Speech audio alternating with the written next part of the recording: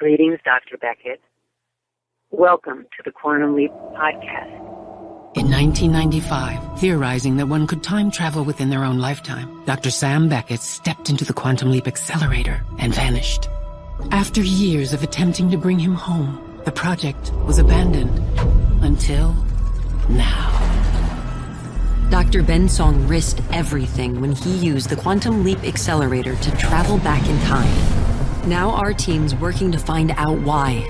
As he leaps between bodies with no memory of who he is, he still has one hope, that his next leap takes him back to the place and people he calls home. You are listening to the Quantum Leap Podcast. This is episode 127, Paging Dr. Song. Where the hell is Dr. Goldman? I'm calling her right now. God, this baby is not due for another month. Why is this happening? That's an excellent question, which I'm sure Dr. Goldman can answer. I just got her answering service. They don't know where she is. Who's going to deliver our baby? She is, right, Doc? Great. Me? No. We're going to take this woman to the place where the people who actually deliver babies work. No time. That baby is crying. It's coming right now. I can't do this. You got this. Yes. I can't. Okay. Guess I'm doing this. Okay. When you're ready, as hard as you can, push. You got this, Mama. You got it. Come on, baby. Okay. Yes, you got this. Okay, I can see its head. You're almost there. Just one more big push. Come on, Mama. You got it. You got it.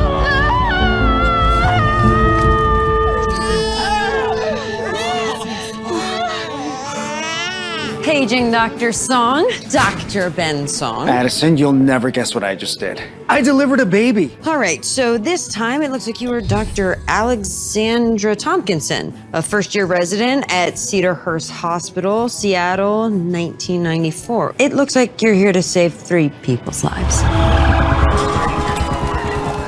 What's going on? Train crash. Multiple victims coming in hot. Yes, okay, Ziggy says there is a 100% chance all 3 were on that train. Now all I have to do is find them. Yeah, and quickly. In the original timeline, Kimberly Cole, Louis Tan, and Eli Jackson don't survive the accident. Under different circumstances, Janice would have been a part of this project. It's time to roll the dice. We've been playing catch-up this entire time. Now, whether we like it or not, Janice is our best chance at understanding what's going on. You know, you're taking an awful big risk bringing me in here.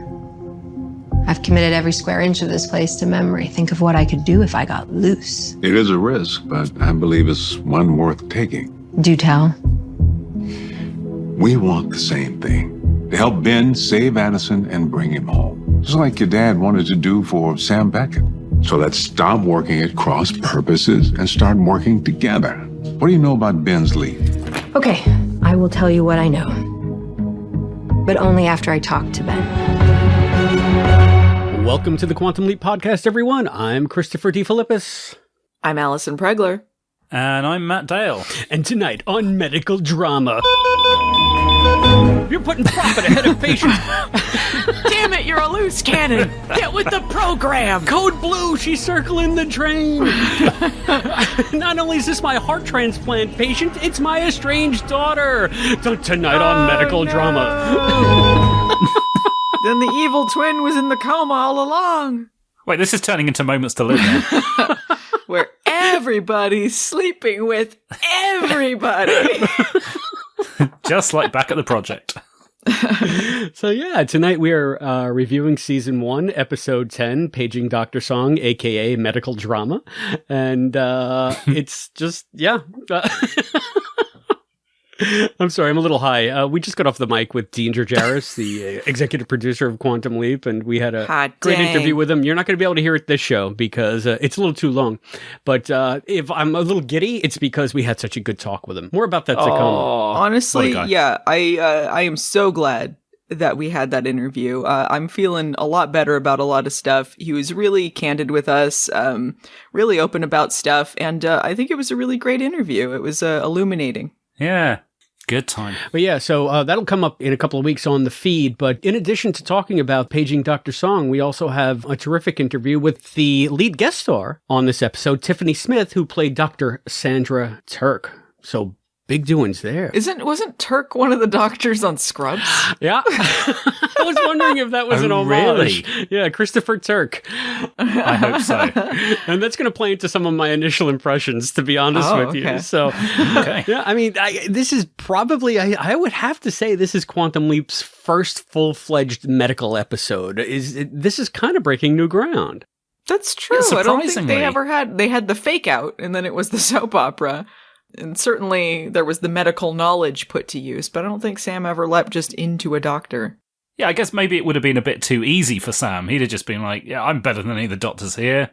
I know this stuff. Exactly. He comes in and uses all his Gary Stu powers and he saves everyone and they'll have a great time. Al's like, you're just here to save one little girl's life. And he's like, no, it's fine. I'll renovate the whole hospital while I'm at it. I'm just going to go take a break, Sam. We're going to go on a vacation. I'll see you later. Give that lady a pill so she can grow a new kidney, Sam. He invented that, by the way. So, yeah, kind of breaking new ground, which I know that we've had some discussions in the past about how Quantum Leap did so many things that it's almost inevitable that we're going to compare some of Ben's leaps to some of Sam's leaps.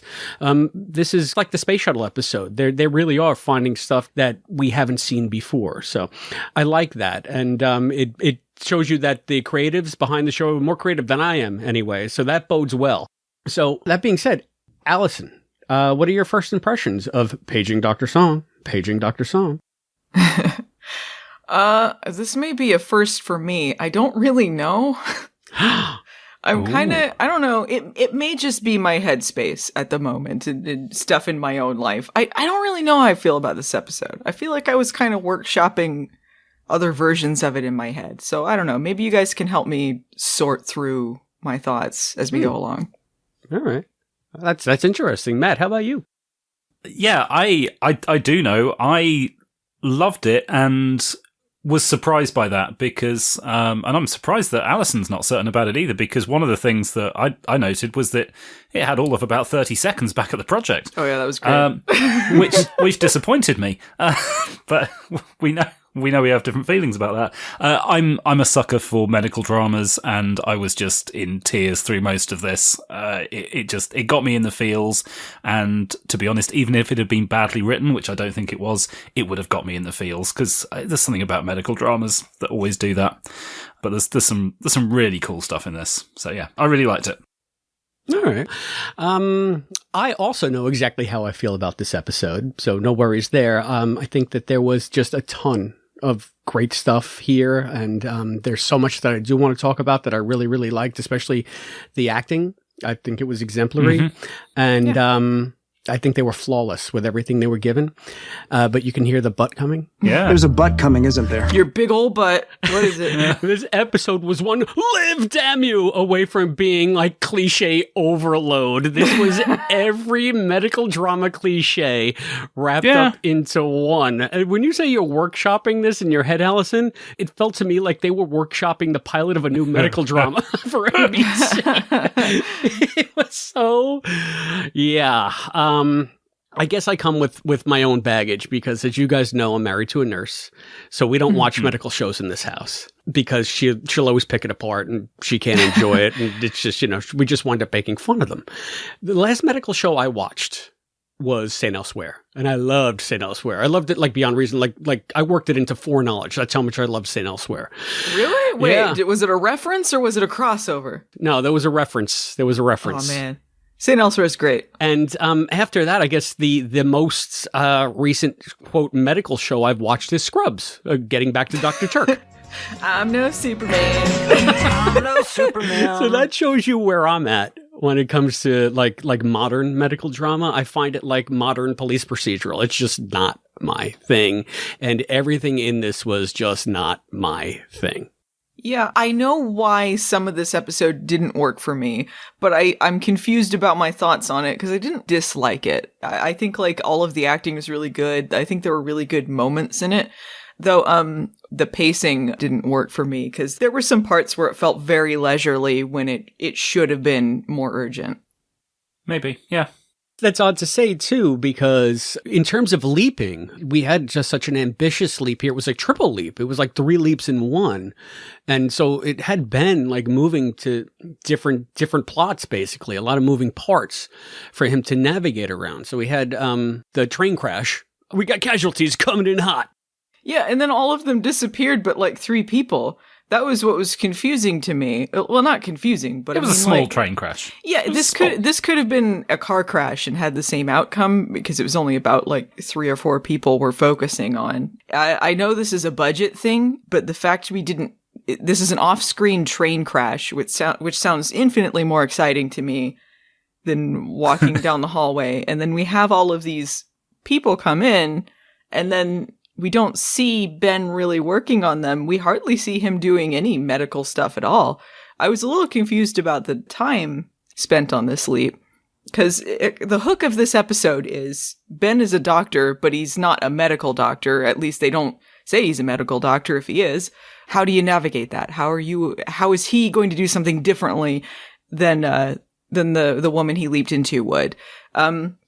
And we have him help deliver a baby, a 2-push baby. He doesn't really do anything that wouldn't have happened already, which is, yeah. And then he apparently goes and does an entire shift for this woman at this hospital that we don't see, works overtime, an hour past her shift. And then Addison shows up. Apparently at no point during that time he had to do any doctoring or had any trouble doing it. That confused me. Yeah. I think you're misreading that. I think that the ambulance thing was the end of the shift and he got roped into it somehow. And then all of a sudden it went from night to day. That confused me, but he might have been working a night shift, right, but he worked an entire shift because he was out there. I don't know why he was out by that car, but he wasn't working yet because he wasn't at the hospital, right? No, I mean, maybe they went out. Did he go out with an ambulance call? That was so confusing to me. That was just for the leap in. Yeah, if they were by the hospital, they would have gone into the hospital. They weren't. Yeah. They were calling for a doctor. So I don't know what the context of that scene, why the person he leaped into was there.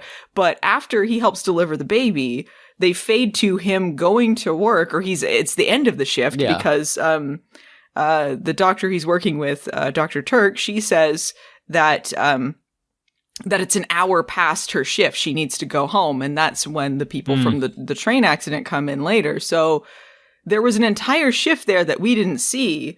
Addison didn't show up, which seems like a long time for Addison not to show up in universe. And he apparently just did everything she would do on shift as normal, which seemed like a missed opportunity for the hook of the leap.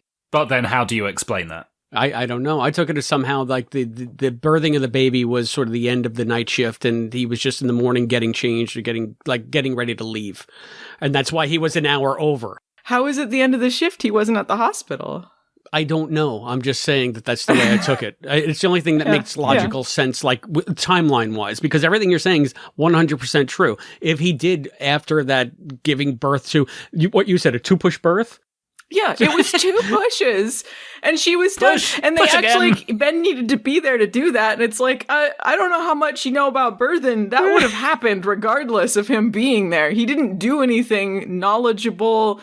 He didn't provide anything. And just like TV births, I mean, she gave birth to the cleanest 3-month-old you've ever seen. Yeah. And there was no umbilical cord. It cut it itself. It was the easiest. I was waiting for the umbilical cord. Yeah, that too. Also, it felt like a classic case of a leap and hook that really doesn't have much to do with what follows, because it kind of sets up that he's a doctor and that, I mean, I guess that's all it is. Sets up that he's a doctor, but that baby is born a month premature.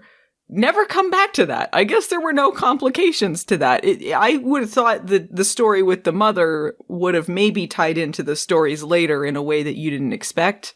I guess that's part of me workshopping it in my head. Like, how would these things have tied in a little more? You could have had, like, the mom gives birth, but there's complications, and then she dies, and then she has to give up her heart, or Ben has to choose who's going to live or who's going to die, or the father with the brain tumor. You think he's going to be fine, but he's not. It was really to help him reconcile with his daughter, not to save his life. You know, there could have been other things that would have led to this, like, blow up at the end and made things feel a little more urgent. There was a lot of times where they tell us a lot is happening, But Ben's just walking down the hallway or going to the break room, and it doesn't seem like he's that busy with a train full of accident victims.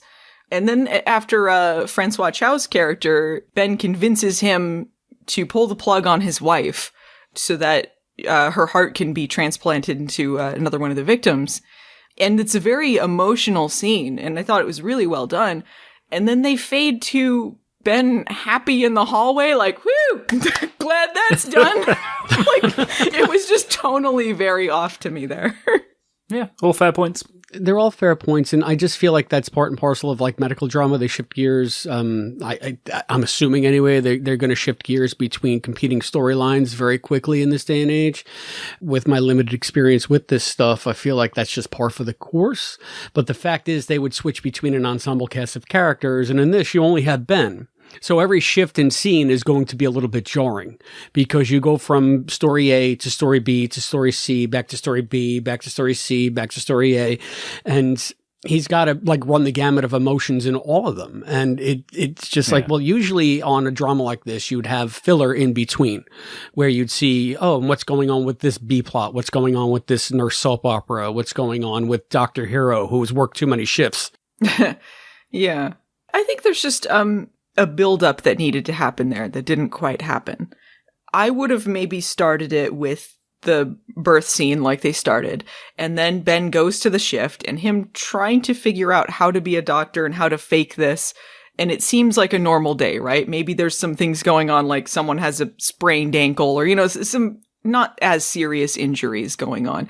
And you get to learn about the woman that he works with, that she has a strange relationship with her father, other things going on to set up the payoff at the end, the emotional payoff. So then you have all these train victims come in. How does this connect to this? And then you connect these different characters, this emotional arc together, in a way that builds up into that emotional moment where he realizes he can't save everyone, or he maybe doesn't have the abilities he thinks he has. He's not a doctor, but he knows how to do something else that the woman he leaped into wouldn't. I think her name was Alex. Yeah. The leapee was Alexandra Tompkinson, and she was a first-year medical resident.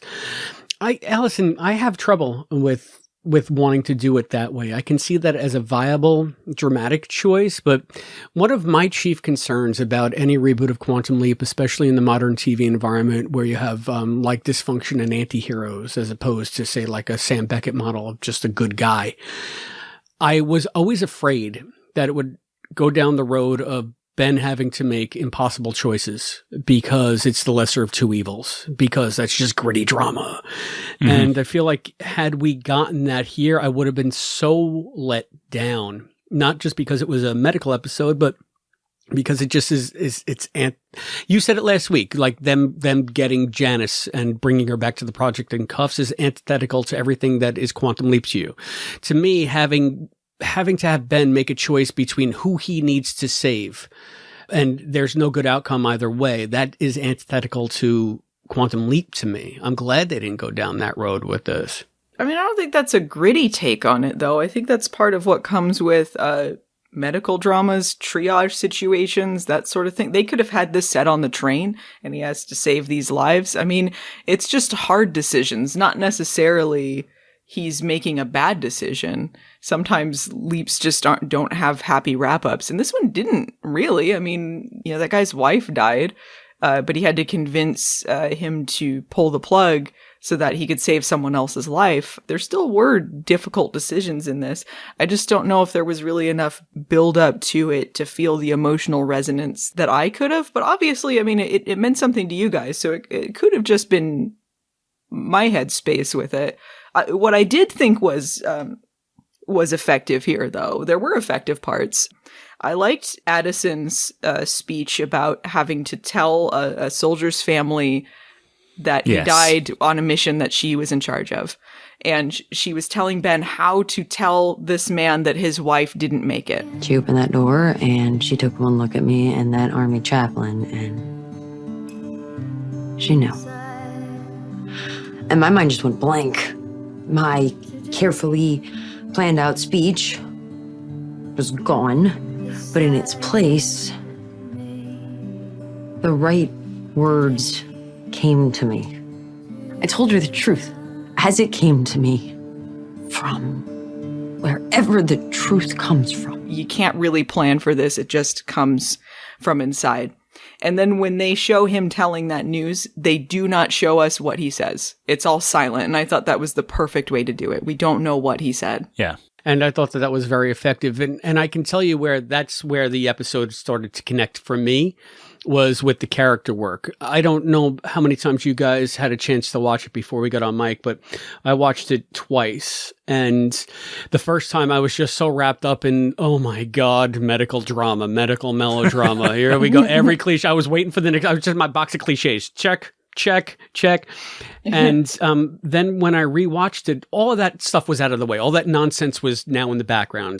And that's when I just fell in love with all the character work and realized what a great job everybody was doing. And I had sort of made fun of Matt a little bit when he was talking about how he was a little bit too emotional to text me because he was in the third act or whatever.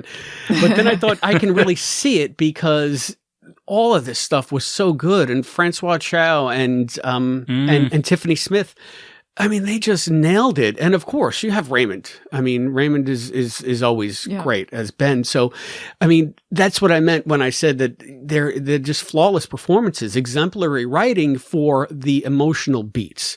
Too bad it was just wrapped up in the most cliched. Basically, I think that even if you're a fan of these kinds of dramas, you'd be like, okay, this is serviceable. This is workmanlike, you know? I mean, do any of you watch like those? I can't even name one. New Amsterdam is the one that always comes up on like the NBC app because I guess it's the one that airs on NBC. But what's the other one? Grey's Anatomy is a big one. Like, do you guys have experience with those? I used to be hooked on those kind of things in the 90s. Like I was big into ER, Chicago Hope, stuff like that, but not recently. Yeah, I mean, Quantum Leap can sell me on different genres if I'm invested in what's going on with the characters involved, because I know that I'm not going to have to sit through this medical drama week after week. It's going to be one episode of a medical drama, and are they going to do it really well?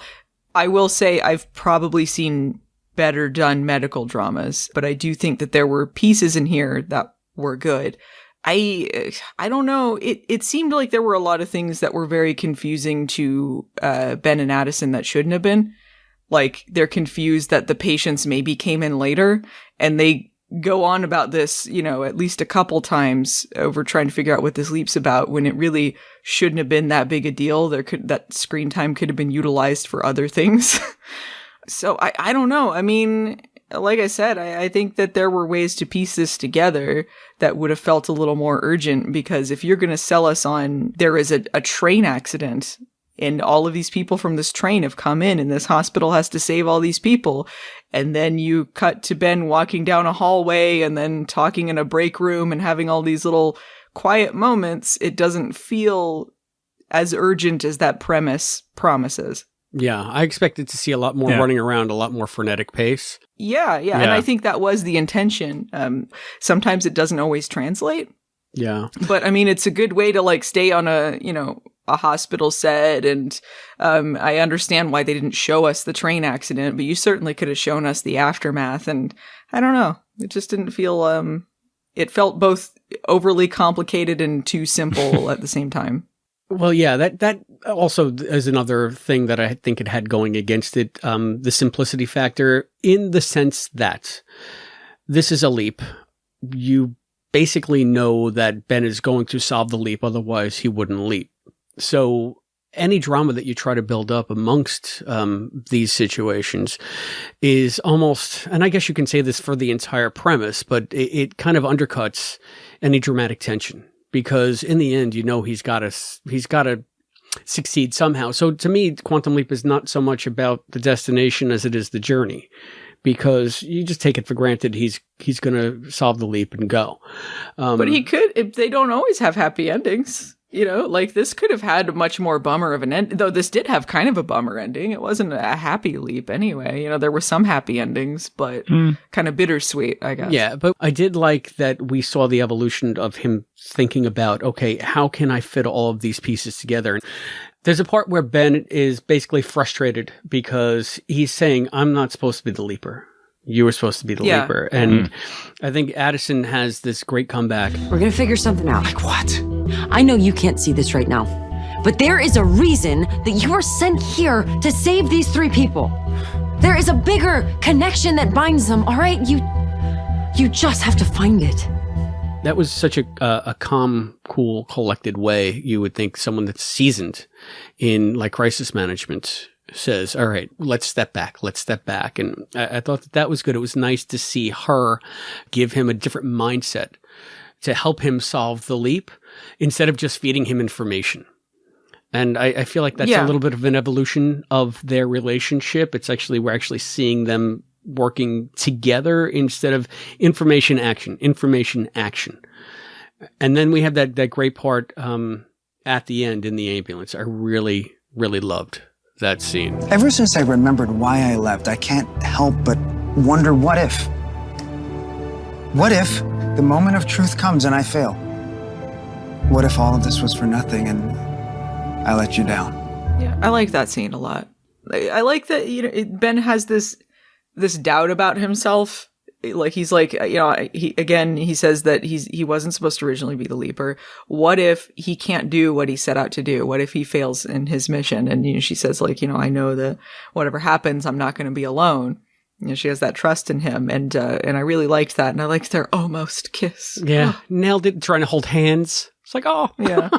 Yeah. When he sees the I think it's during the heart transplant, or it was some emotional scene, and he like holds out his hand for Addison to take, even though he's not looking at her, he's not going to feel it, but just to know that she's going to be there to take his hand. Like, that was nice. Yeah, that was so natural, and I thought it was another wonderful turn. So that's what I'm saying when I feel like the emotional resonance really hits home once you get past all the medical stuff.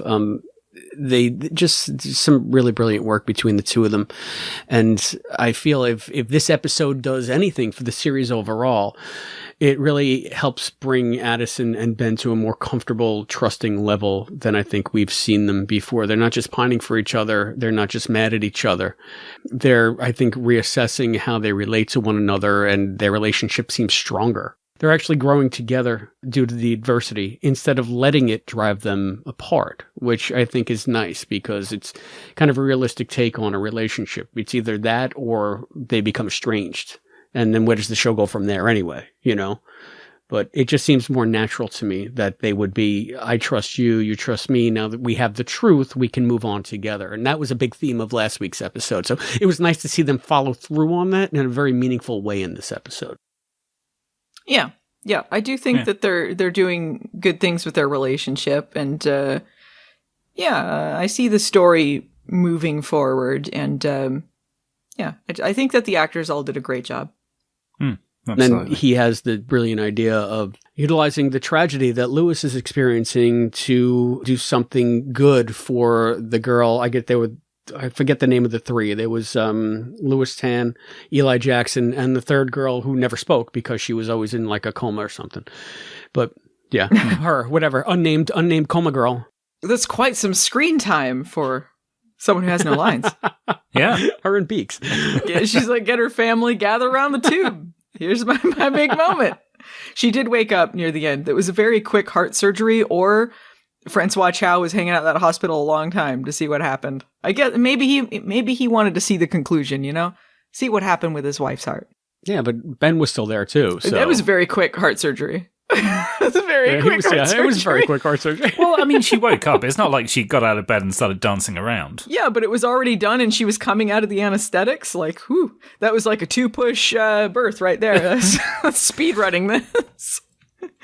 But that's just you have 42 minutes to tell this story. I totally get it. I'm just being silly. But yeah, I mean, they had like a lot of stuff going on. They had like the fighting against the hospital too. There was the doctor who was prescribing a specific anesthetic that later studies showed was harmful, and the hospital had a financial incentive to use it. So Ben had to fight against him. Putting profits above patients with Respiratrix. Profits above patients. And the guy's calling him Missy. And he's like, I'm doctor. And they incorporate a little more about him being in a woman's body, like, having to wear a bra and not being used to it. There was a little bit there. Bras, I'm still not used to them. Underwire. That's not what the episode was about, but, it was something. at least showing that, you know, he's in another body and like there's some adjustment there to being a woman. Yeah. And I think it would have, like, even though I don't want it to take that dark turn where Ben has to make an impossible choice, I would have liked to have seen him a little bit more out of his depth. I mean, you alluded to this too, that apparently he had taken either a full day shift or whatever, and we didn't get to see any of that. Even when we saw the shift on screen, he rarely had to do anything, and he didn't really struggle very much. Yeah, he just had to talk to a guy, you know? He talked to people a lot. He talked to the guy with the shrapnel in his head. He talked to the guy with the brain tumor. He's talking to the doctor to convince him to use a different anesthetic. He picks up a defibrillator at one point. You know, that's something that he's doing that's medical. Like, certainly talking to people would be part of it, but it kind of felt like it was a little too easy. Yeah, well, that's also very medical drama. Who doesn't know? Clear! One thing, though, that gave us new lore. Now, I had mentioned last week that, Addison seems to have some kind of medical training, whether it be field triage or just some kind of like medicine on the fly from being in the service. And he or she clearly knows how to use a defibrillator. Do you think that might have been part of her leaper training? I don't know. I feel like maybe the amount of medical knowledge we've seen her use on the show, either I'm forgetting her saying she had some medical training, or there must be something in her background with that, because we've seen on more than one occasion now that she's had some sort of medical knowledge that's helped Ben out. Yeah, she did the mid-cardial thump or whatever it's called in the earthquake episode. Yeah, she said she learned that in Afghanistan. She also helped with creating a splint in the Stand By Ben. She knew that the knife wound wasn't fatal in the last episode. So, yeah, she's got some sort of knowledge. I don't know. Maybe we could incorporate a little bit more of what Ben's skill set is. Yeah. I feel like Addison's got a lot going on for her, and Al did too. You know, that's kind of part of being the hologram. But I'm kind of curious about what's Ben's deal, huh? Physics. That's it. Yeah, physics. And you know what? He knows physics. He's had more some realistic. of that in there. That's far more realistic. The fact that Sam could be this multilingual, 7-doctorate genius that also is proficient in taekwondo and karate. It's true. He would get in there and he'd be like, roundhouse the heart into her chest, and then he's like, I've got time to learn some more Latin. And it's not a roundhouse; it's a flying noodle kick. He kicks the heart. It is a delicate medical procedure. Thank you very much. And then he sews it up and he's like, I'm going to read the feminine mystique while I'm doing this. Yeah. No, you know what I love? I love that Ben is not this Gary Stu type character. We all love Sam Beckett, but I love that there are some limitations to Ben. I would like to see more of that come through, because it didn't really feel like he had a lot of limitations in this episode. To know his skill sets is to know what he's not good at. We learned a little bit, like in the pilot, they're like, oh, you're the kind of guy to kind of be in a t-shirt and a computer, and you're like not really that outgoing of a person. He doesn't like people touching his stuff. And all of a sudden he's got to be big action guy. Okay, so like that's not supposed to not be in his skill set. He's not a medical doctor, so how does he struggle with that? What is he good at that aids him in this situation that's not exactly what you would typically expect from the person that he leaped into? That's that kind of stuff. Yeah, and I wish we would be able to see more of that, because that would be just a shorthand way of building more genuine character moments into the show, as opposed to you've had this valid criticism since the beginning, Allison. He doesn't seem to react very much to the situations he's in. He just kind of rolls with it. And it would be nice to see him react negatively, we did get a hint of that, but that was out of frustration more than being out of his depth in this episode when he swept all those folders off the table. Okay. All right. Don't give up. Yeah, he's had moments where he's frustrated and he's had outbursts, and there's that. I just feel like in general sometimes things are a little easy for him, where the story of him struggling would be a little more interesting. So I have a theory. Was that Seattle commuter train a time-traveling train? Did it kill Ms. Melanie? And then it's got to be. That's not a theory, Chris. That's obvious fact. This is the new burger theory. You know what? We got some time traveling vehicles going around. Someone pointed out in that last episode in Fellow Travelers, some of the stock footage had some more modern buses in it that weren't from 1979. Oh, really? Like, time traveling bus, huh? So I was like, it must be Leaper X. So they're charged by Mr. Fusion. Yeah.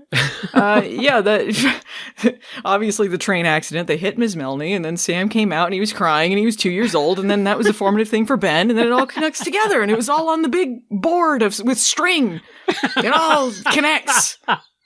It's digital string now, thank you very much. And it's all around that one big dot. It's that big map. It's Dora's magic map that they have up on at the project. I think of it more as temporal cartography. Temporal cartography that's used by Dora and her magic map. And that sound you just heard was Martin and Dean listening to this podcast going, we're going to have to change the end of the season again. They knew about the time-traveling bus. They knew it was Miss Frizzle and her school bus. Coming in with her damn field trips. That speaks to a certain segment of the listening audience, and I'm not one of them. So I'm guessing these are all Dora the Explorer references. No, there was Magic School Bus in there. There was Dora the Explorer. Okay. There was, I don't know, I'm sure there was something else in there. You're more multifaceted than Ben. That's what I can say. Oh, yeah, I have more useless knowledge than Ben. And we're going to aid me on a leap. I need pop culture references that are useless. Yeah, that leap will be the one for me. I think there were strong moments in this episode. I think they were asking a lot of the actors, carrying a lot of emotional scenes. So if I seem like I'm being overly critical, it's just me working things out in my head. And I think like sometimes episodes don't exactly translate. And like I said, obviously that this worked more for you guys. So, I mean, it's possible. It's just me.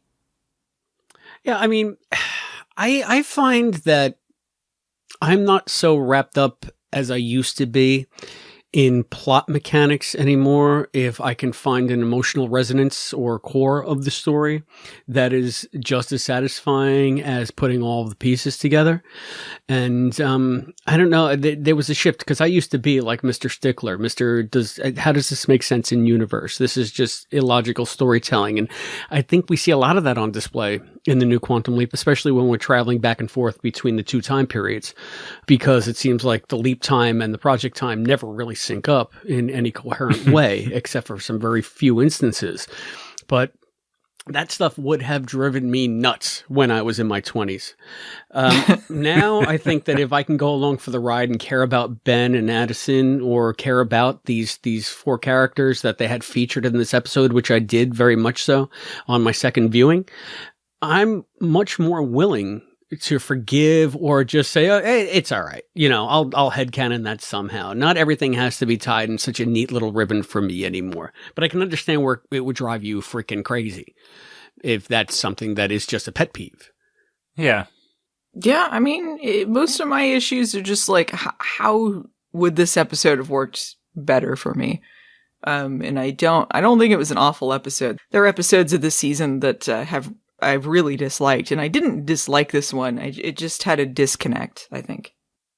Yeah, and I feel much the same as Chris. I think I started to get to a point where if I can make that emotional connection, and I definitely did with this episode, everything else falls away. And this despite the fact that, you know, I've written a chronology about Quantum Leap. The things have to fit together, but that's a part of my brain that I can switch on and off when I'm not watching the episode. The episode finishes, then I sit down and try and piece it all together, and it irritates me if I can't do it because of some technical element.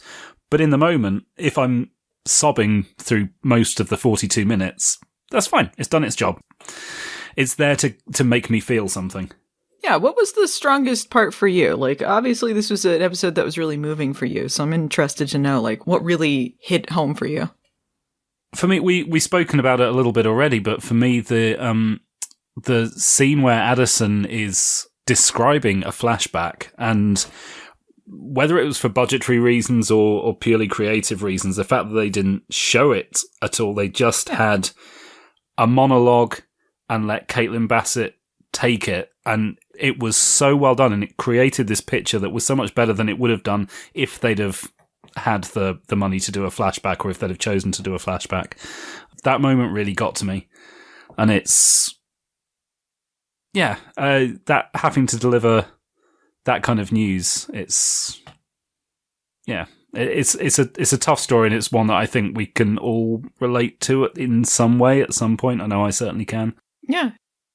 And obviously the one that resonated most personally for me, and which on the second viewing I found to be the most moving, was Lewis's story and losing his wife, and just how there was a hopeful outcome despite the tragedy.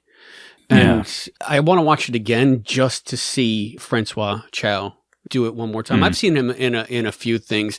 I remember seeing him in The Tick, the Amazon original The Tick, which was hilarious, but he played like a stepdad in that, and he was freaking hilarious in that. So, I mean, he's been in a gazillion trillion things. Oh, yeah. So, I mean, he was Shredder and Teenage Mutant Ninja Turtles too. I think I only know him from that.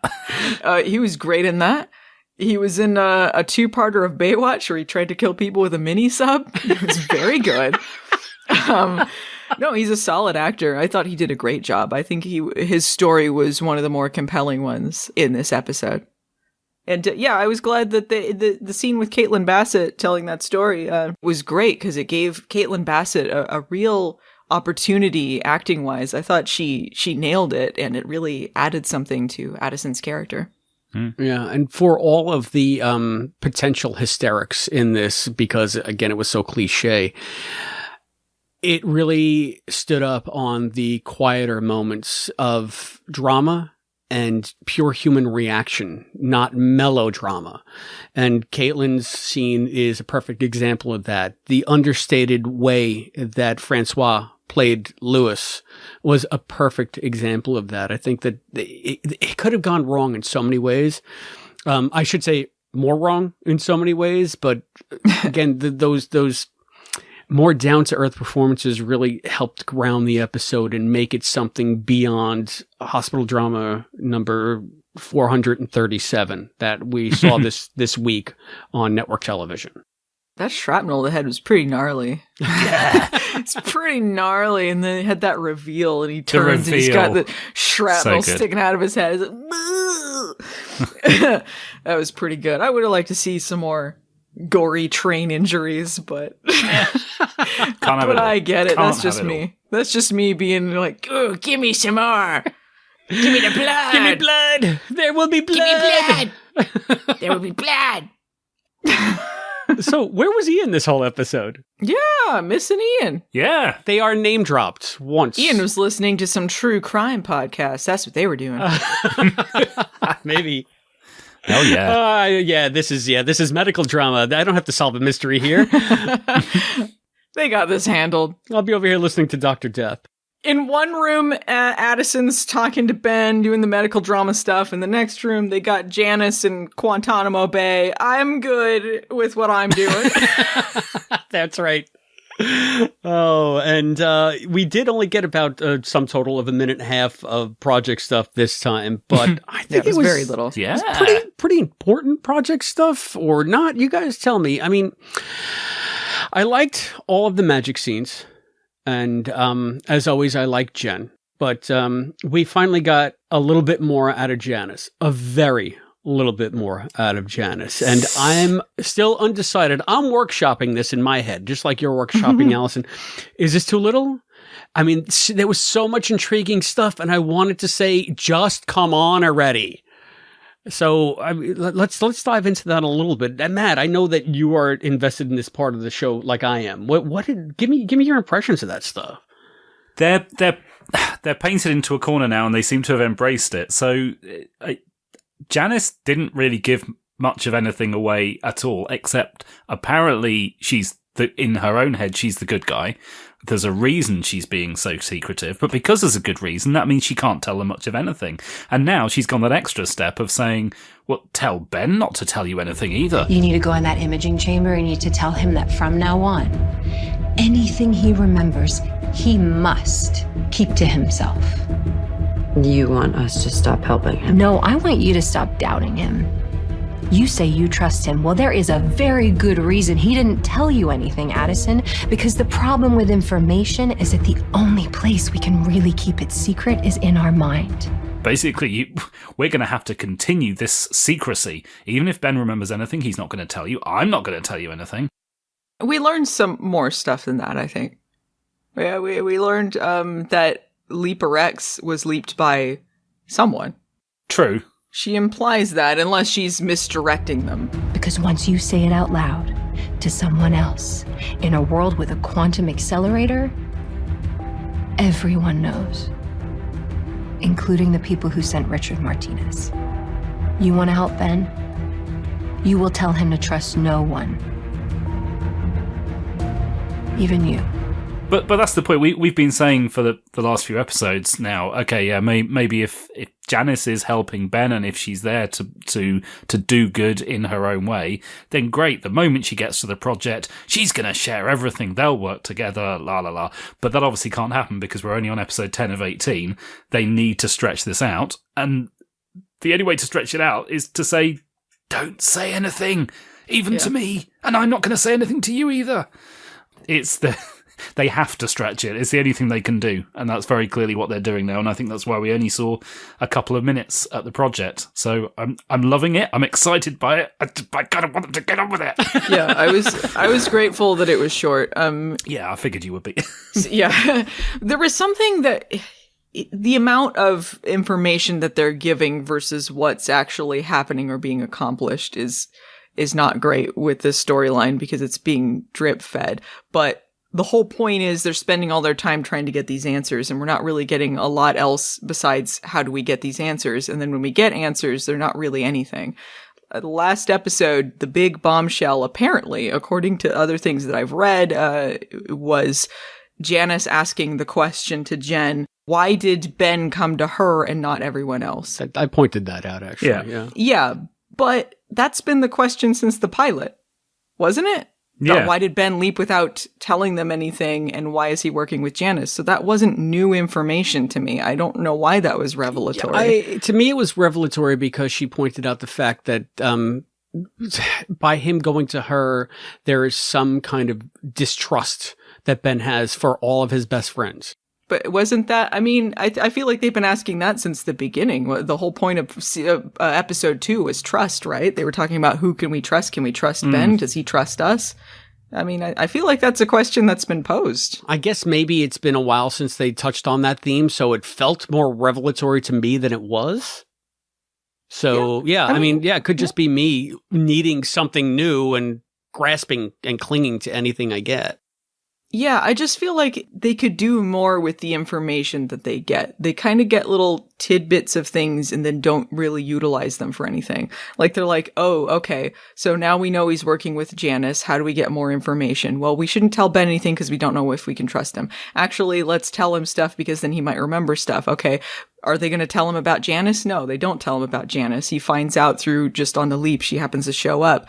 They could have had Janice telling him information, showing up with her makeshift imaging chamber that she was using, but she didn't. She just said like, hey, Ben, I'm Janice, and then didn't get to say anything else really.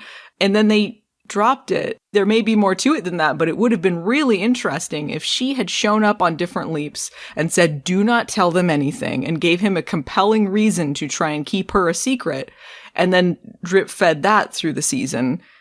Like, who can you really trust?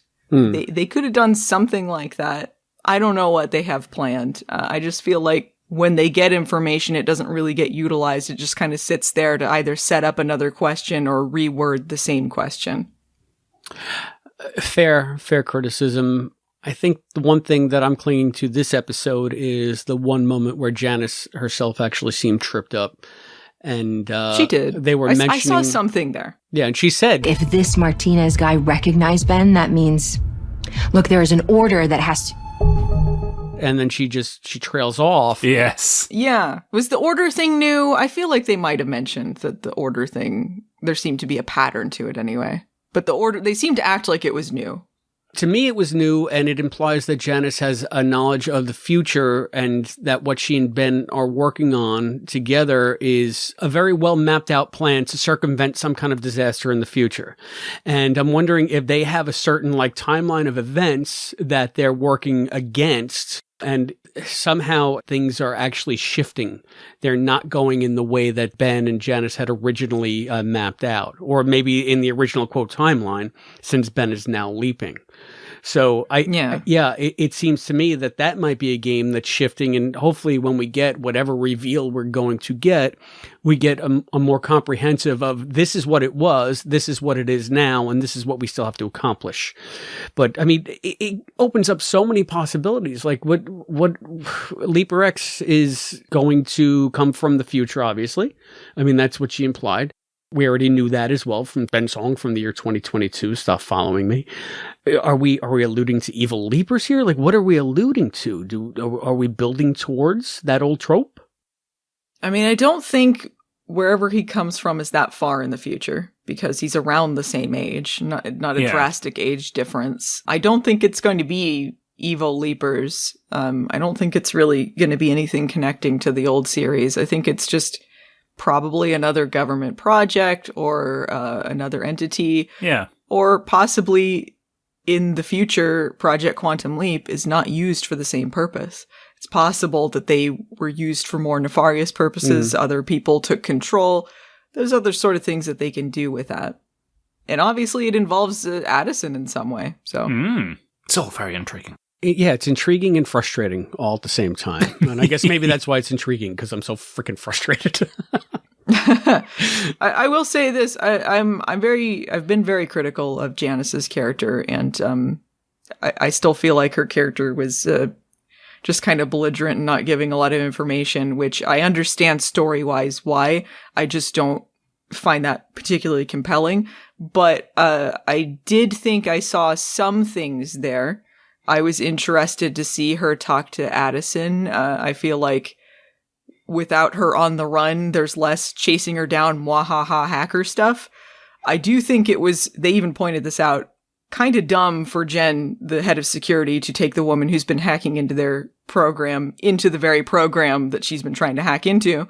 But I don't know. I feel like this is moving it in a direction that maybe I will like better. It was very short this week, so I wasn't too bothered by it. Yeah. And I would be remiss if I didn't mention the real highlight of this episode, the very best part of this episode.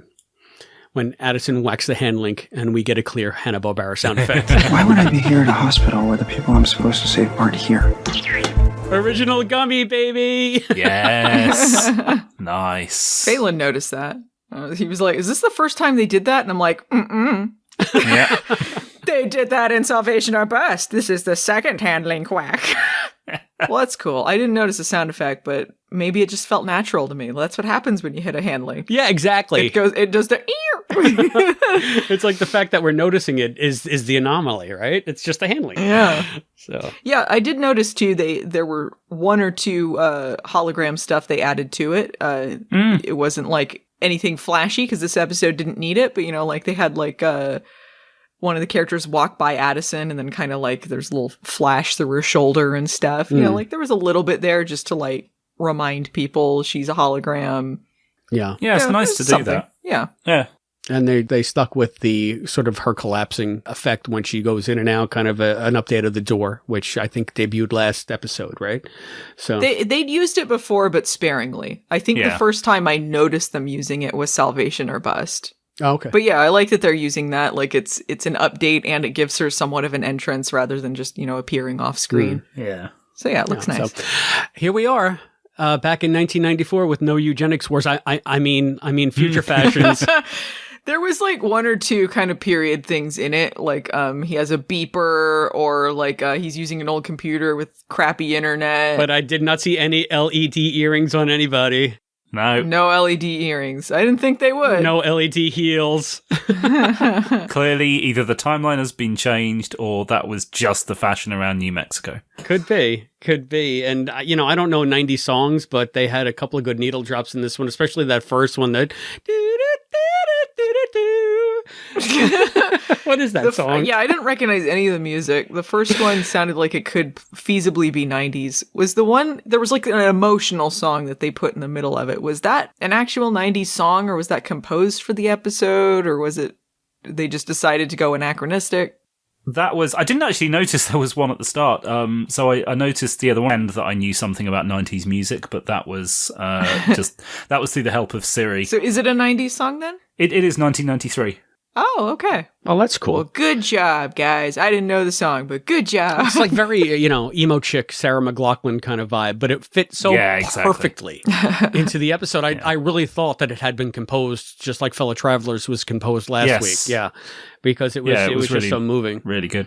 And that's something Scrubs used to do very effectively, too. Drop songs in the middle of the episode. Oh, they always had the emotional, something bad happened, you play the song. Then Zach Braff is so sad. Dr. Cox calls him a name.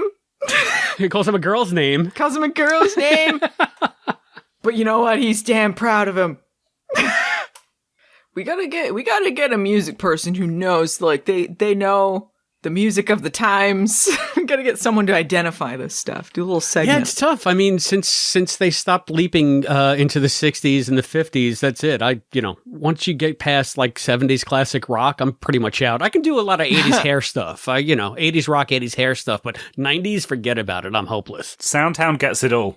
I would have got the early one in the episode if I'd have noticed there was an early one in the episode, but Soundhound. Yeah, right when it fades to him at the hospital. Okay. It says 1994, the aerial shot, and the music's playing. Yeah, I appreciate that they put the year on the screen again. Like, that helped to place it immediately. Yeah, I like that they're doing that. I think that they have to do that because, again, period fashions are not as revealing as they used to be. I think that there's... I think that there's ways to incorporate period fashion a little better than some of their episodes have done. But this episode, they're in a hospital. They're in scrubs. It's only so much variation you can do. That's true. You can work with, like, hairstyles and stuff, but, that's... 1994 especially, you're not going to get that distinct. But last episode, I did think, and I didn't mention this, that they did a good job of making it seem like 1979. It felt like of the period to me. Yeah. And I feel like, with this essentially being a one set episode or a 2 set episode set in the hospital, it's kind of like the last time we were in the 90s where we were in basically either school uniforms or prison guard uniforms. All of their 90s episodes have been set in very like specific locations that don't really have variations in fashion. Space, the woods, a hospital. Yeah. So.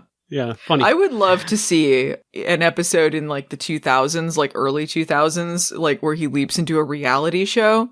That'd be amazing. Yeah. Like some sort of survival type thing, or, or Survivor, not survival, like something like that.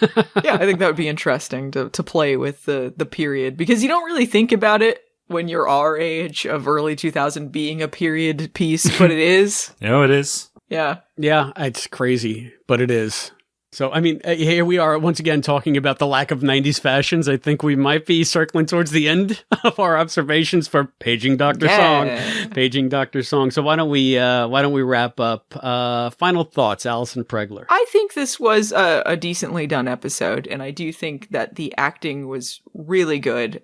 There were some really strong moments in it. So, overall, I think it was all right. I liked it. How about you, Matt? Yeah, some great performances. I'm going to give a shout out to the acting as well. And I hadn't really clocked until we started this conversation that, how many episodes has Quantum Leap done, and it's never done a proper medical drama. So it's really good that they found new ground to tread, and I think they did it really well. Yeah, we've always said that Quantum Leap is great because it could be any kind of show. Every week, it's a different kind of show, and that's a double-edged sword. Sometimes it could be a medical drama, which I personally don't like. So, oh well, but I gotta say, if you're gonna do a medical drama and tick all of the cliche boxes of a medical drama and still manage to stick the landing, good work, Quantum Leap. The emotional beats in this episode far outweighed any problems that I had with it, especially the growth of the relationship between Ben and Addison that we saw in so many good, subtle little ways. Just please give us some more Janice stuff. Please give us the fourth dimensional timey-wimey stuff so that we can get a better picture of what's going on. That being said, just keep building, just solid building of the series as we hit the second half of the first season. I think that they're really hitting their stride here, and I hope that it's something that they're able to keep on doing in compelling ways, even in leaps that I maybe am not crazy about.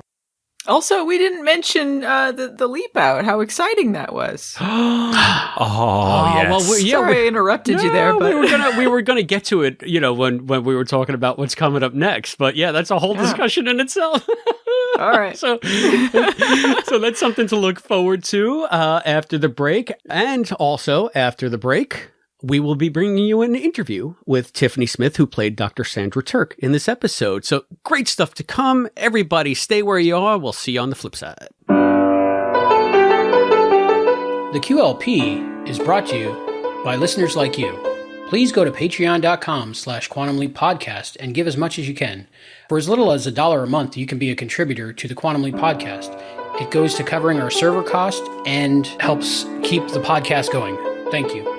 On the latest episode of Leaps Elsewhere, we discussed something that I thought would be cute and heartwarming, but which turns out to be worse than the landlady. It's the Trial of Old Drum. The Trial of Old Drum. Based on a true story of a trial involving a dog and a farmer and some sheep. They think that the dog's killing the sheep, and Scott Bakula shows up in the last 30 minutes as a Southern lawyer with a terrible haircut. I quite liked it. For a movie that is celebrating a gentler time gone by, there were a lot of total stone cold dicks in this, and a lot of just casual murder. What do you have against nice things, Chris? Where is the joy in your soul? Why do you hate joy? They put the dog in prison. He's in a jail cell. It's so good. The twist is that the trial doesn't start until the end credits. That's the weird part. To find out how to hear this and other Patreon exclusive shows, go to patreon.com/quantumleappodcast. That's patreon.com/quantumleappodcast. The movie got dumber. It got dumber the second time around. They should have demanded dogs in the jury. That would have made the film a lot more fun. Hi, this is Ernie Hudson, and you're listening to the Quantum Leap Podcast. So how cool was it to see Robert Picardo? Yes. Oh, wow. I know. Hey, guys, we're back. I knew I would save it for the end, but I'm just very excited. So much to come. But now let's hold off on that. As promised, here is our interview with Tiffany Smith. Hello and welcome back to the Quantum Leap Podcast. I'm Albie, and I'm so excited to have with us the main guest star of the episode Paging Dr. Song. She played Dr. Sandra Turk, and she's Tiffany Smith. How you doing, Tiffany? Hello. I'm so happy to be here. May I start off by saying it's an honor to have a man-at-arms with us today. Oh my gosh. Thank you. That was honestly so getting to do Master of the Universe, I've been a fan ever since I was a little kid. So a lot of the jobs that I get to do, because I've been in the geek space for a long time, it's always stuff where I watched it and now I get to do it. And same thing with Quantum Leap. But when I found out that for Master of the Universe, I was going to get to become a man-at-arms, I was so excited. And the second question I asked was, am I going to get another action figure? I just rewatched the Masters of the Universe after show you did last night. Because when I was watching this episode, Paging Dr. Song, I was like, I know her. What do I know her from? So then after the episode, I kind of went on the IMDb and I was like, oh, yeah. So I watched again. So what's it like hosting with Kevin Smith, something like that, an after show for Netflix?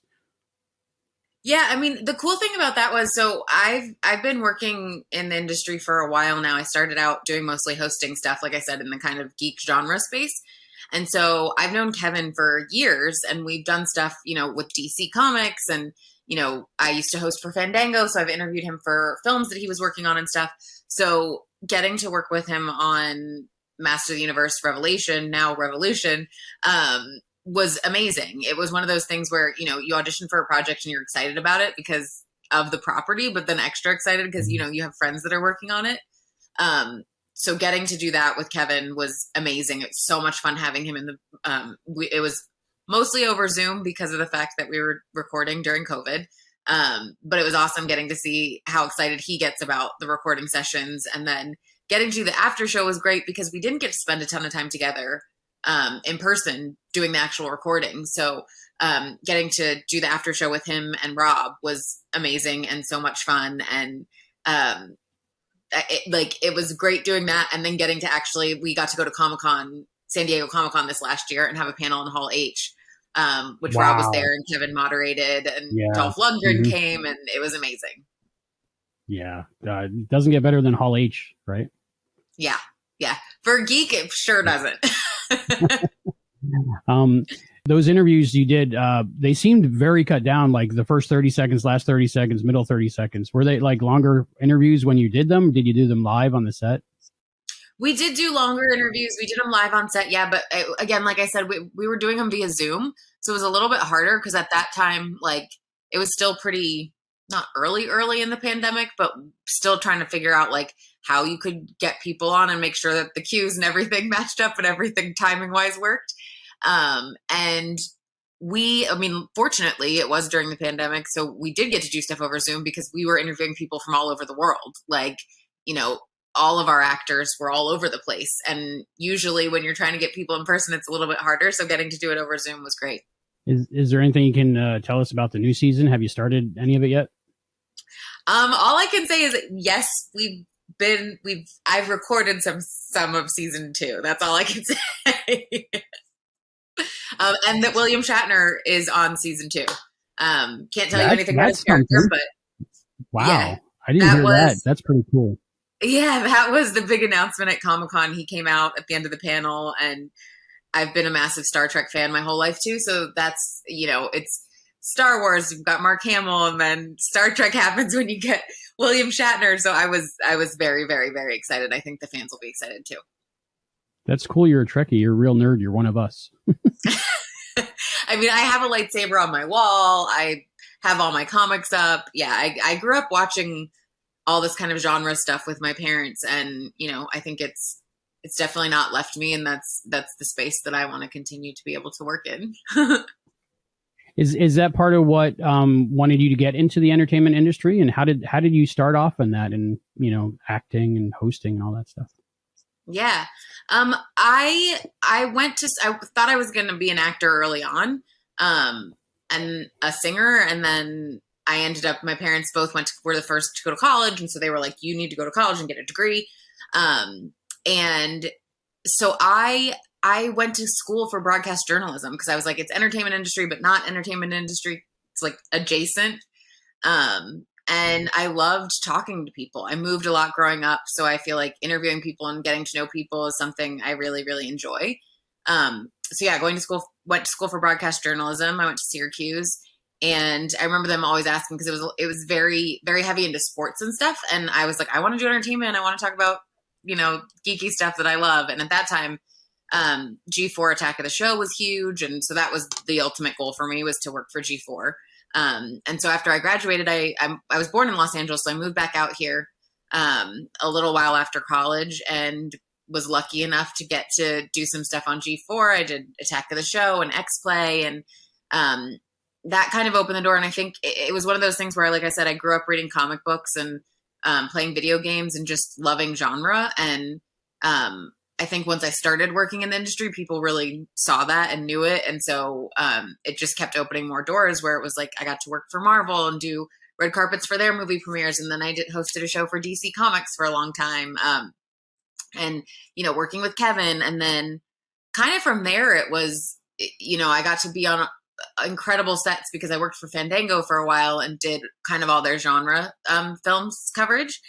And I just remember being on sets and being like, man, I still want to act. I really want to do that. And so I started taking classes again and not really telling anybody, because I'm very much like, I want to crush it when I do something. So started taking classes again. And then once I felt ready, I started kind of telling people that I was going to be auditioning and I wanted to get back into acting, or really focus on acting.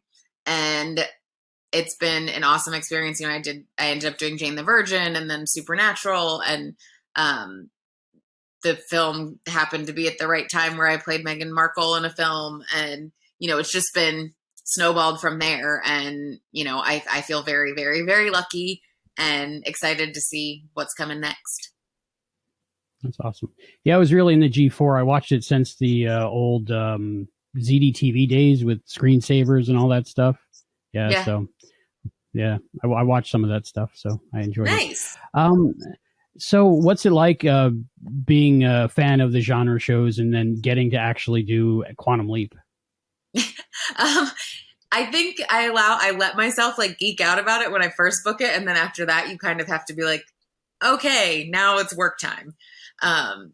So it's awesome. Like I said, I watched Quantum Leap with my family growing up, and getting to do the show, I auditioned for a couple different episodes, and have some friends who are writers on the show. So when they booked it, it was like, oh my God, we were so excited to begin with, just that they got to do it. And then the fact that this opportunity came up and I auditioned, and I was actually in New York working at New York Comic-Con, and I got the audition, and I was like, I don't know if I can, like, how I have to record it. Unfortunately, I was staying with a friend who, she's done self-tapes before, so she had equipment and stuff. And, we just threw it all together, and I recorded this audition super fast. And I think it's one of those things sometimes that, as an actor, you get so precious about your auditions and you take so much time sometimes.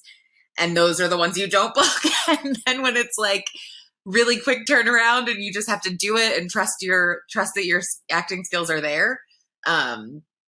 It worked out for this one. And I keep telling people, I remember when I was working on set, and I just was like, this cast and crew everyone is so incredibly kind and wonderful and nice.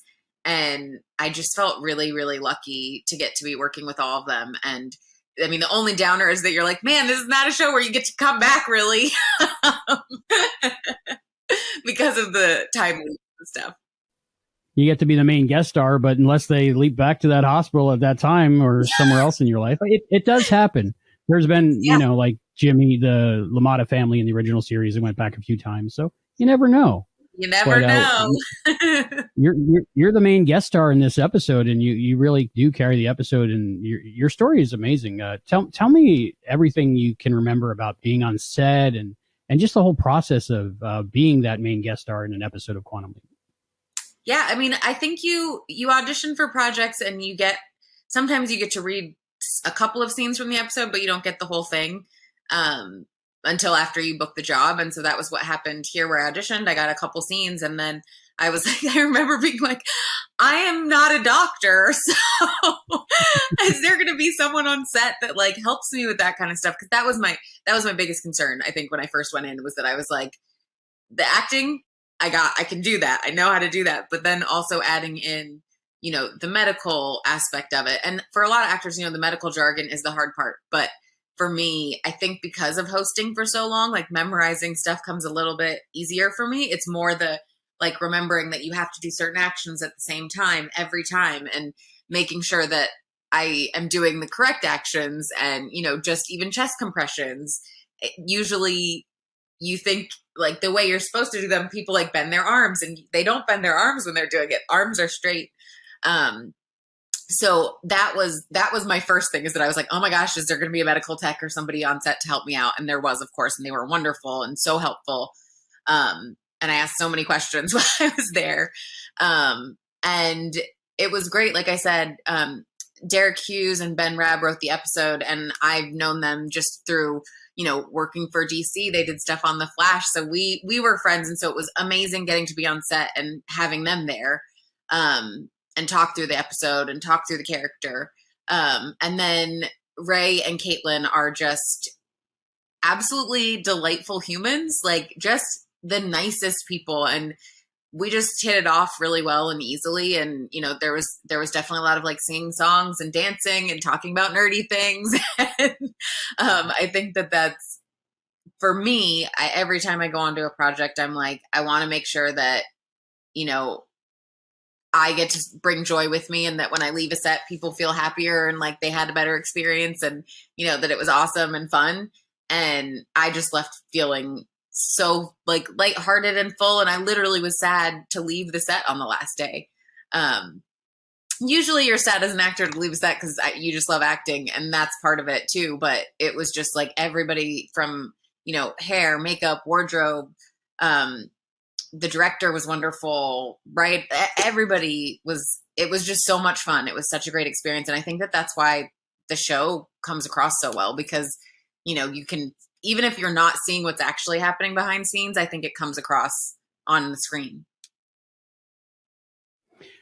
Is there any, I know TV's very rush, but did you have time to like think of like a backstory for your character that we might not necessarily see on screen, but influenced your acting of the character? I think with this character, we had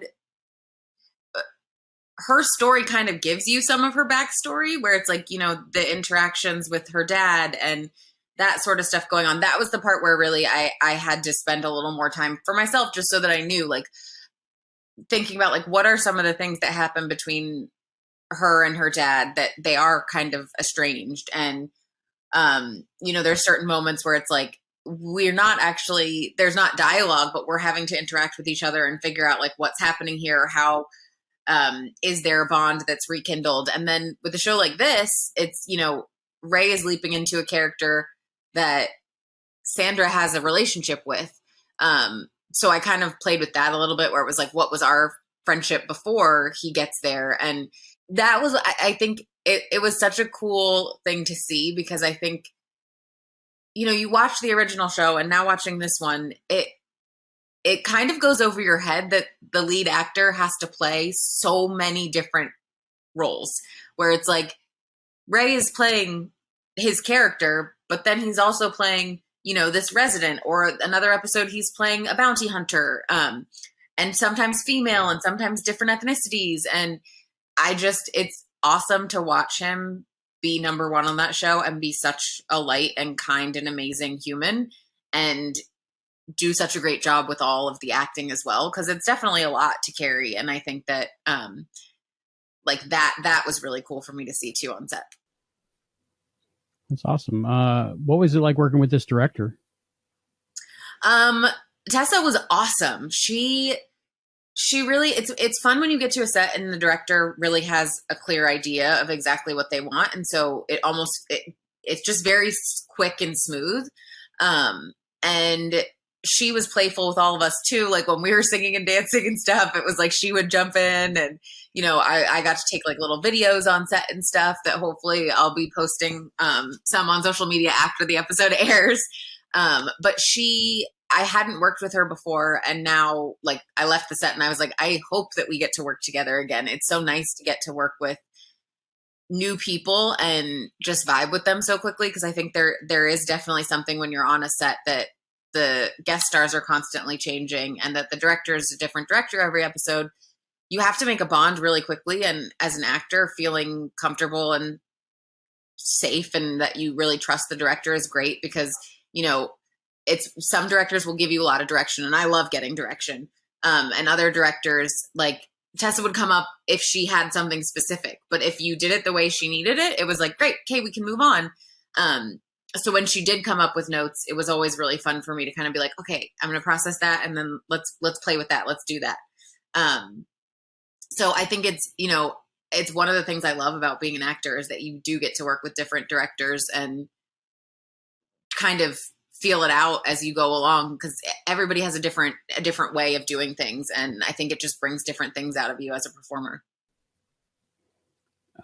Being friends with the writers, were you let in on anything that might have changed in the script before, when they first wrote it and in the final shooting of it? Like, a lot of times they'll change things last minute. Not in this one. I'm trying to think. I don't think that there was anything. Nothing changed from when we first started to when we shot stuff scripting wise. It was just, I think working in LA, you have friends and you just want to see people succeed and, see them level up and get to where they really want to be. And so that was the biggest thing for me, is that, like, sometimes I would just walk off and be like, yeah, like we're working on a set for Quantum Leap together. Like this is awesome. So I think we had a lot more moments of that than any of the script stuff changing that I knew about, at least for this episode. Okay. Was all of your parts filmed at the abandoned hospital, or what were any of them on the set at Universal? We shot some stuff at the set at Universal and then the hospital as well. So it was nice because the first day I was on the set.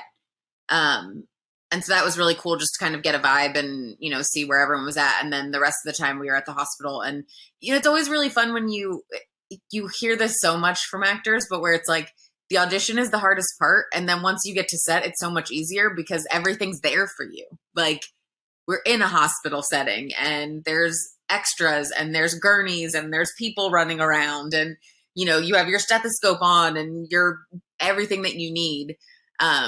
So getting to be at an actual hospital set was really cool. And just kind of puts you in the headspace a little bit easier than I think it is when you're trying to record at home and a blank wall and, you know, with your cell phone on a tripod. Acting as a doctor is probably strange enough when you're not a doctor and you don't know the medical stuff, but it's also like a period piece. It's not that far back, but still there's a lot of changes, especially in technology. I noticed in the cell phone you were talking on to your character's ex and stuff like that. Was it funny or strange to just be dealing with that older technology? It was so funny because there was stuff where I was like, do I have to flip this open and then press something? Do I have to pull the antenna out? Like what do I need to, what exactly do I have to do? Or just like small things like that where, you know, you've seen those old flip phones. But like, I don't know. I didn't use one. So I don't know if I had to pull the antenna out every time or was it just when you don't have good service? I don't know. So getting to walk around with like a pager and the big flip phones, they did such a great job with the props on this one. And it was so cool because I had never really watched ER. So after I booked it, I like sat down and binge watched the first season of ER. And that gave me a really good vibe for, you know, kind of what headspace we would be in, where it was like, okay, it's kind of like 90s-ish, like hospital drama, like what is that vibe? So that was great to get to watch that and kind of, and see like what that show even did and how, because that show is so impactful for TV going forward as well, just the way they lit the show and everything. And getting to see George Clooney, like early George Clooney was really cool too. And just how many people were on that show. So yeah, that was cool. And, you know, I think that is one of those things where it's interesting because it, like you said, it wasn't so far back in time that we had tons of different stuff, but the technology part was definitely fun to play around with and kind of be like, oh wait, do I have my pager on me? Like, what do I do with a pager? I don't even really know. Yeah, the producer was going for that high energy ER vibe. So the final edit, it does have a lot more high energy like that. So that's it. I think it turned out really well. Yay! Yay! Did you have to do any ADR for the episode? The ADR that I had to do was very minimal. I think I was in there for like 15 minutes or something. But it's always fun to get to going because you get to see, you know, maybe even just a tiny bit of the episode, depending how much ADR you have to do. And I always kind of enjoy doing ADR because I think it's like, I almost look at it like a game, like Simon Says. Sometimes when you go in to do ADR and if you already know some of this, like, tell me to stop. But I'm like, sometimes ADR is you have to match because the audio didn't come through. And sometimes ADR is they're adding in like a couple of lines here or there just to help the story go along. For things to make more sense sometimes, yeah. Yeah. And so for most of this one for me, I think it was just like throwing in a couple little extra lines so it wasn't having to like match stuff, which that's the part that can take a little bit longer. But I always have fun doing it. It's almost, for me, it feels like Simon Says, or did you ever play that game where it was like the lights lit up and you had to press the buttons at a certain time? Yeah, or playing like Guitar Hero or something. I'm like, that's kind of how it feels when I do ADR, where it's like, can I like hopscotching in to make sure you say the words at the exact right time? And it's weird because it's like you said it originally, but you have to like match it and match the energy. So how is that different than like recording for Andra? So voiceover for Andra is incredibly different. Acting wise, the thing that I love about doing voiceover is that like you get to use your whole body in different ways than you do as an actor when you're on camera. I mean, there's certain things where it's like you have to pay, like when I'm doing voiceover, I don't care how my hair looks or my makeup looks or what the lighting is like on my face. You know, it's just like you're just there to sound a certain way. And it's definitely like learning things where, you know, as an actor on camera, you can use your hands to like express and cover your face or be like, oh, like you can't do that when you're doing voiceover. You have to just, because that will block the mic. So there's certain things where it's just action wise, you kind of have to figure out along the way as a voiceover actor, different than being an on-camera actor, or in front of the live action. But I love them both because I think they both just present like different challenges, and you'll still have to go in. It's not exactly the same ADR, but sometimes you go in for animation and you still have to kind of voice match like lip flap matching kind of, where it's like, okay, well, we didn't quite get this or with the energy that we want. So can you say it again, but can you do the energy here? Or same kind of thing. Like, can we throw in a line here? Can we add this here? But that happens less. Like ADR for live action usually is that. But for animation, sometimes you'll just go in and because they don't have the animation done, a lot of it is matching your performance after the fact. So it's cool now because we're, you know, towards the end of season 1, when I was going in to do pickups and stuff, I just remember there would be stuff where Andra would be doing it. And I was like, did you guys like copy what I was doing in the VO booth? Or did you just kind of like, do you know me well enough that now like you're animating her that way? And they were like, it's a little bit of both. So Powerhouse Animation is fantastic at what they do. So it's really cool because I think that show for me is the first time where I got to take a character from, you know, the beginning of a season all the way to the end and watch her grow and get to grow with her. And that's something that I'm really looking forward to getting to do at some point on camera too. Oh, wow. That would be cool. What was it like being directed by Kevin Smith? He's great. Like, you know, we had Colette Sunderman was voice directing as well. She was our voice director for the show. So he would be in there and Kevin's energy is just so awesome and he's so supportive. And the thing that I love is like Colette has been in the industry for so long and she's an incredible voice director, and the stuff that she can do where it's like, I haven't been voice acting for a really long time. So efforts and stuff I'm still learning all of that stuff. So the fighting sequences, that sort of thing, or it's like, okay, well, you're going to jump off of this thing and then you hit the ground and then you start running. And I'm like, oh yeah, okay. So she'll be like, and I'm like, oh, okay, I can copy that. So she's wonderful with that kind of stuff and just getting in there. Kevin is very much like, you'll do a performance and he'll be like, that, yes. Like he just has so much emotion and energy after you do a performance in the way that he hears it, which is really cool. So yeah, it was awesome having both of them help to bring this character to life. And like I said, it's one of those things where, especially in voice acting, because we weren't getting to record together, I couldn't hear what anyone else's performances were. So I really had to trust the directors to kind of guide me along the way and say, okay, this is going to match here, or like, let's try it. Do your lines, but do it these different ways. And even if it felt a little off, like from what I was thinking, they knew what the other actors had done. So to help it fit together a little bit better, which is a big difference than when you're acting, you know, on a show like Quantum Leap, where you're getting to actually work with other actors and see what Ray's doing or hear what Caitlin's doing. Because I'm not ever supposed to actually see Caitlin. That I will say is one of the most interesting things about this show is that like you have to just forget that she's there. Like you can't interact with her when you're filming, which is so weird because, you know, we've become friends now, and I'm like, I'm glad that it was after the fact because I think it would be even harder being on set and just like when she'd walk in, just ignoring her because it literally is, you know, you're having a conversation with a character and she's just supposed to swoop in behind him, and it's like you can't even acknowledge that she's there. Mm-hmm. Did you ever slip up and like give her a glance or anything, and they had to do another take? I didn't. I was ready. I was ready for it. Mm-hmm. That's a good out. If you don't like the take you're doing, you can just ruin it by looking at her, right? So just look right at her. Yeah. Yeah. There were so many great actors in this episode. The gentleman who played your father, what was it like working with him?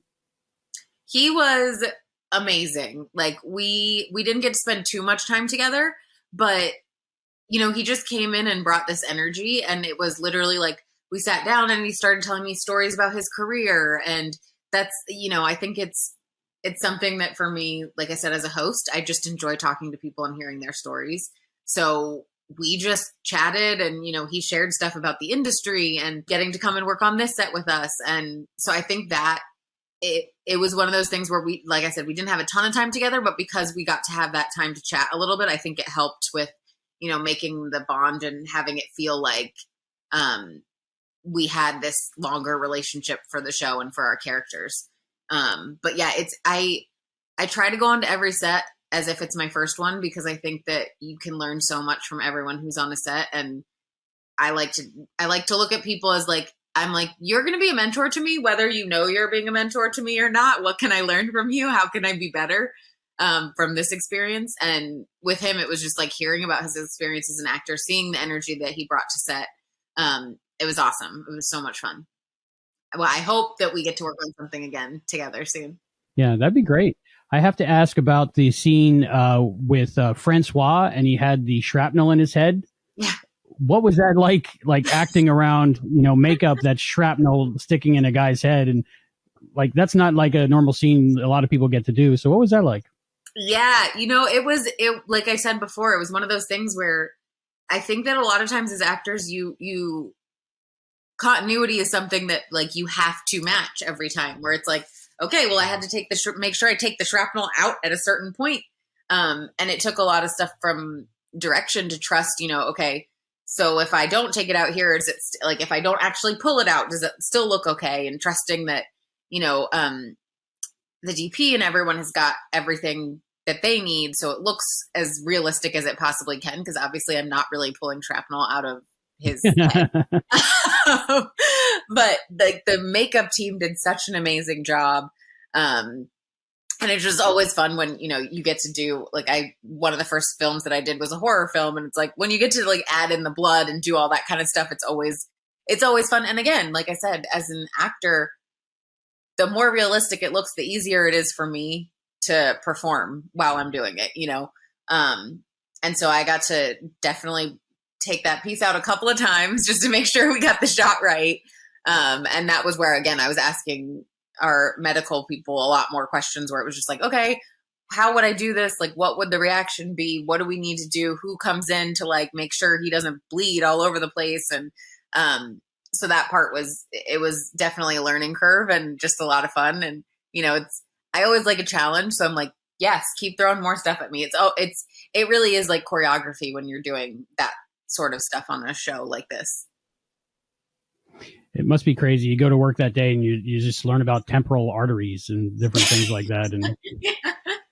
It's true, you know, and I love learning new things. So much of it is, you know, Google the words anytime a word comes up where I'm like, huh, what's that? Especially medical stuff where, yes, we have somebody on set to talk me through it, but I'm like, I kind of want to have an idea already when I go in to be like, okay, I know what these words mean, but can you talk me through this part? Because I don't really understand it. Obviously, I didn't go to medical school. So what would I need to focus on, or what are the things that I need to do here?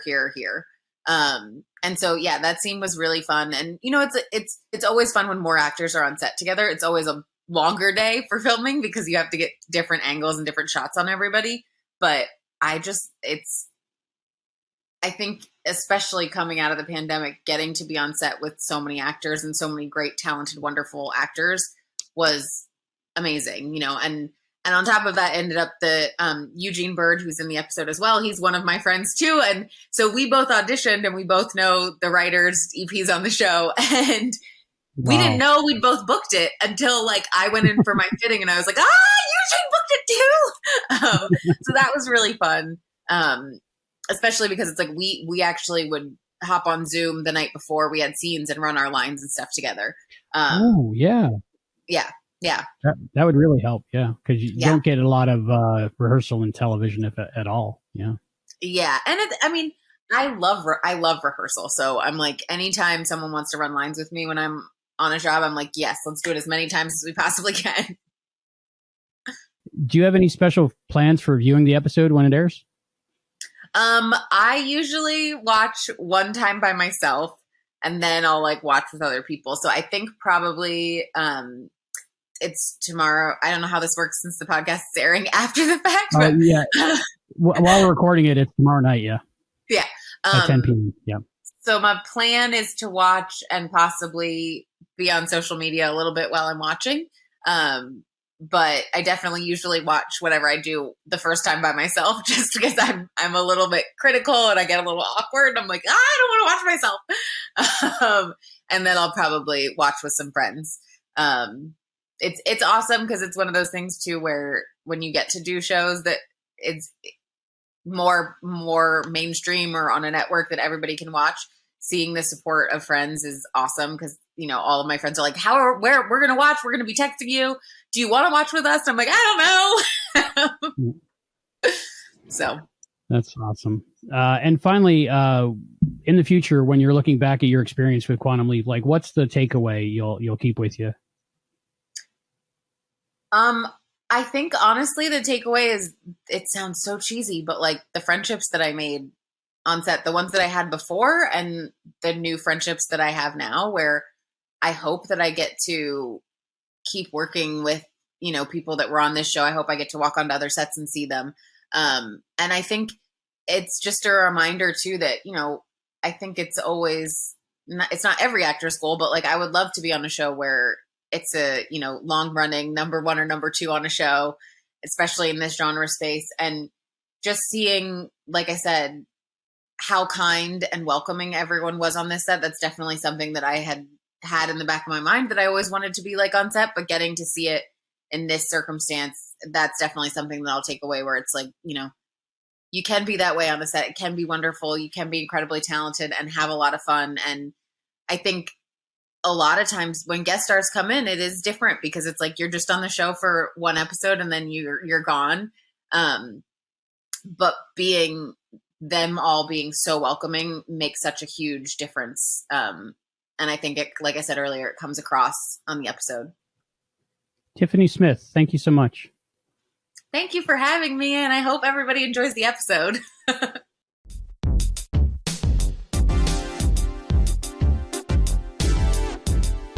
All right, Albie, woo, good work. Yay. Another great interview with the Quantum Leap cast in the books. Will eventually be in Matt's book, I'm sure. Our archives just keep on growing and growing and growing. Was it Tiffany great? It was so great to have her on the show. Yeah. So great to hear from her. Yeah, so thank you so much. And again, I'm astounded at the interviews that we're getting. And I want to just say a personal thank you to you, Matt. And it's you and Albie that are really facilitating all of this. And we wouldn't have a tenth of the content that we have now if it weren't for you guys. And I just want the fans to appreciate that. I really need to spotlight you guys for that. Thank you so much for all of the diligence and the hard work and just getting thanks, guys. all of these terrific interviews. It's so great. Well, it's so much fun to do. Now we have some feedback, and we're going to be tired of hearing from this guy soon, I think, but I kid. We got another great email from our friend John Irons. He's a friend of the show. He appeared on the after show for episode 109, I believe, right? For Fellow Travelers. Yeah, he did. Yeah, and he wrote to us because he had some thoughts that came after that show that he wanted to relay. John writes, "Hi guys, we talked about this a little on the after show with Albie and Hayden, but what if Addison did leap in the original timeline and the results were catastrophic? That fits in with the bigger than us line in Ben's message. As far as why leap into the future to stop it, maybe things happen decades from now. So Addison might be the same age, but Ben might be 90, just physically unable to help. That might be why Leaper X comes into play. He's sent to stop Addison from doing whatever she did, and Ben leaps to follow Leaper X. If the project has better tech and different management by the time X leaps, that could explain both Ben's willingness to leap into an unfinished machine, weaker security, and unwillingness to tell anyone. Possible downside of all this, if another time traveller can always travel back further and undo whatever their opponent does, it's hard to imagine anything has any consequences. Guess we'll see how they handle it. John, I think at this point we need to drop in a soundbite of Magic saying, "Oh, my head hurts." My head hurts. From which episode? He says it all the time. I know. Magic has a hard time with this time travel thing. I'm telling you, the one guy that was actually time traveled, aside from Ben and Sam, and I guess Al, right? It makes his head hurt. He don't want to do it again. I shouldn't say the one. I guess every single leapee did time travel, technically, into the 90s, right? Yeah. They leaped too. They just leaped into the future. Yeah, they leaped into the future. Which is weird. You can't leap outside your lifetime except if you're a leapee. Whoa, mind blown. Oh my god, this makes my head hurt.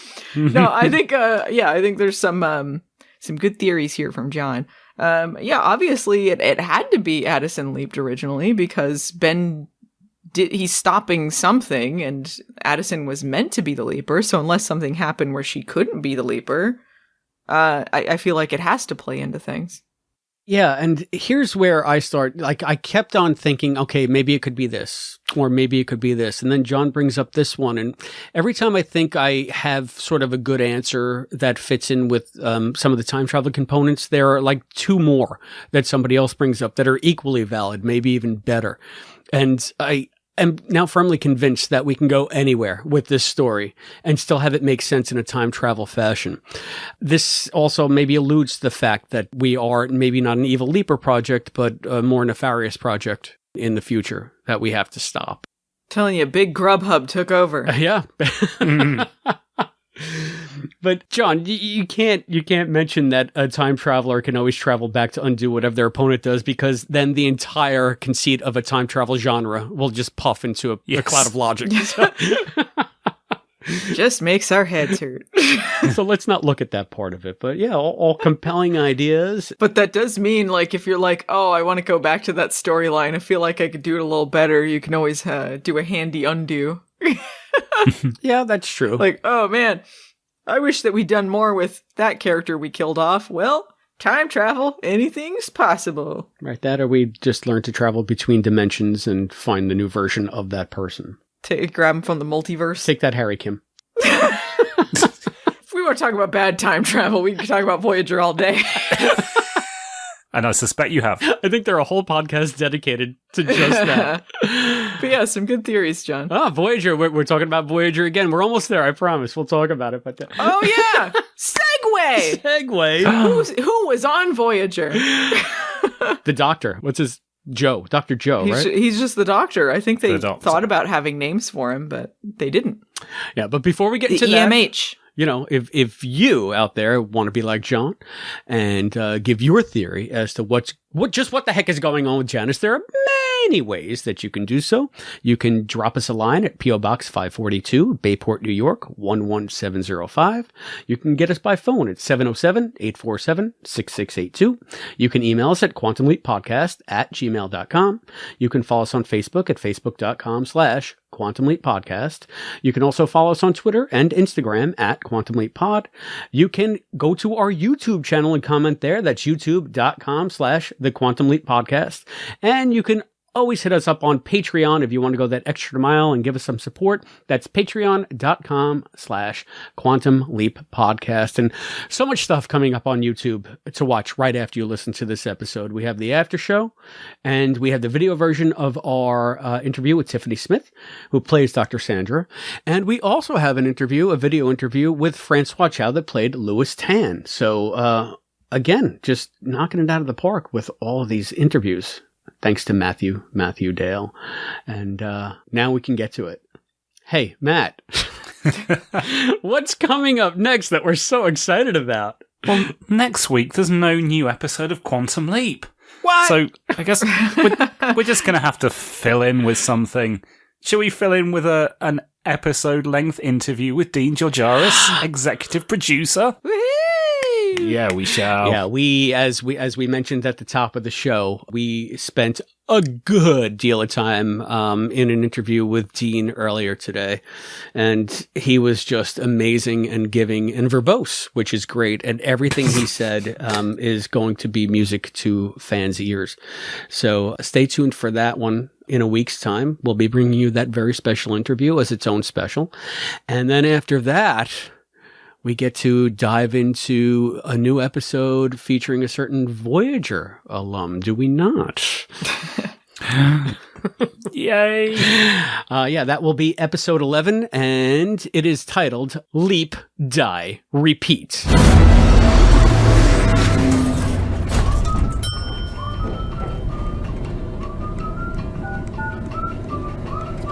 Running a little behind schedule. Yeah, everything looks good. Startup will be quick. Ever seen one before, Colonel? Seen what?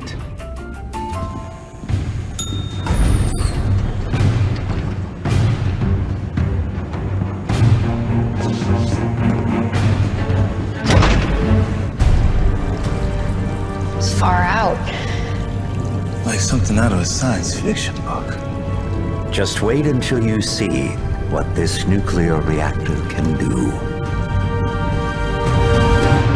We don't know much about it yet. Yeah, we don't have a description yet. We just know it involves a nuclear reactor of some sort. And Robert Picardo in an elevator. Yeah, and I believe it's in the 60s. I believe that was alluded to in the interview. And you say it involves a nuclear reactor. I mean, post the teaser, they could just say, so that was a nuclear reactor. Now let's go somewhere else and do something different. But you're going to give birth to this nuclear reactor. 2 pushes. All right, we're done with that. All right, so anyway. That is one clean, not bloody at all nuclear reactor. Yeah, there's no umbilical cord.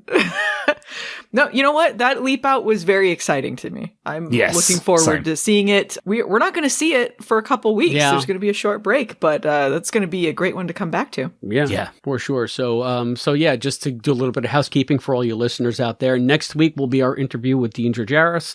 The week after that, we will probably do an episode with the classic Leap.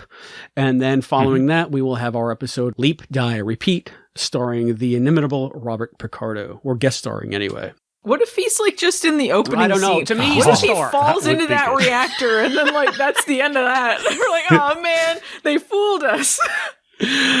He could be a hologram. He'd still be the star to me. That's right. He's the star in my heart. They got some good gets this season, I will say.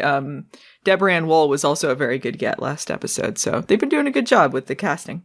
Yeah. So, yeah, we have such good stuff to look forward to. I, for one, am very anxious. So, until then, I have been Christopher DeFilippis. I've been Allison Pregler. And I've been Matt Dale. And we'll see you next time, and then next time after that, and then repeat, and then repeat, and then repeat.